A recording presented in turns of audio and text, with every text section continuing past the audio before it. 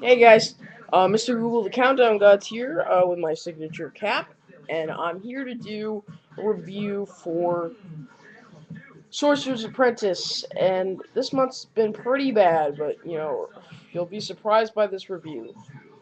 But before I get into the review, subscribe to J Panic, Jen Pan, who she did my background. It's a nice background, very good job. Definitely subscribe to her. She has like a little over 100 now. She's really good and really good movie reviewer. So check her out. I'll try to put the link in the underbar. Okay. Cool. So here's my written review of The Sorcerer's Apprentice. Okay. After sticking up the theater in May with Prince of Persia, producer Jerry Bruckheimer, who also did The Black Hawk Down and Gone in 60 Seconds, decided to reunite with director John Turteltaub, who did Cool Runnings and the first two National Treasures, and Nicolas Cage, just like the National Treasure days, and do a film based on the short segment called The Sorcerer's Apprentice in Fantasia. But I now know that Bruckheimer should stick to producing these kinds of films because this film was great. Don't be misled by the previews that Nick Cage is the lead, but the title says it all. It's about the Sorcerer's Apprentice Dave, Jay Baruchel, is a geek, a physics geek who, when he was a kid on a field trip, meets Balthazar, an hilarious Nicolas Cage, a zany sorcerer searching for an apprentice to help him defeat evil Morgana from bringing evil sorcerers from the dead. But after a mishap, Dave accidentally lets out also evil Horvath, the amazing Alfred Molina, and then Balthazar traps himself and Horvath in a case and won't be let on until 10 years later. 10 years comes, and Dave is found by Balthazar and then shortly becomes his apprentice. For the flaws, I thought it was a cliche that Horvath and Balthazar used to be best friends, but not anymore because they both fell for a girl sorcerer.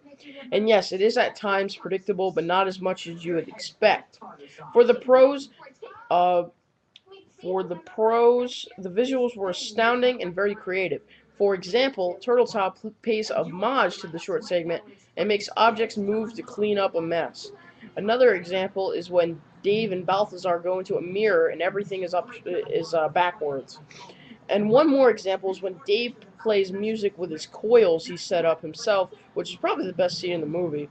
I also love the humor in this film that made me crack up so many times. Also, the direction by Turtletop was really good for a Disney film. And that's kind of saying something. The direction was really good. As for the performances, this is arguably Nick Cage's best role. Yeah, I'm talking to you, Nicolas Cage. I'm talking to you. Con Air was great, but you're better in this. He adds the perfect amount of zaniness to Balthazar that you exactly thought he was actually a sorcerer. Critics have been saying that Baruchel is the next Michael Cera doing the same role over and over and over again. But you know what? Baruchel does it well. It's been a good year for Baruchel. Now this, and in March he was in She's Out of My League, which I also really loved. The chemistry between Cage and Baruchel felt very sincere. It's as if they were father and son. Alfred Molina, once again, was a scene stealer like he was in Prince of Persia.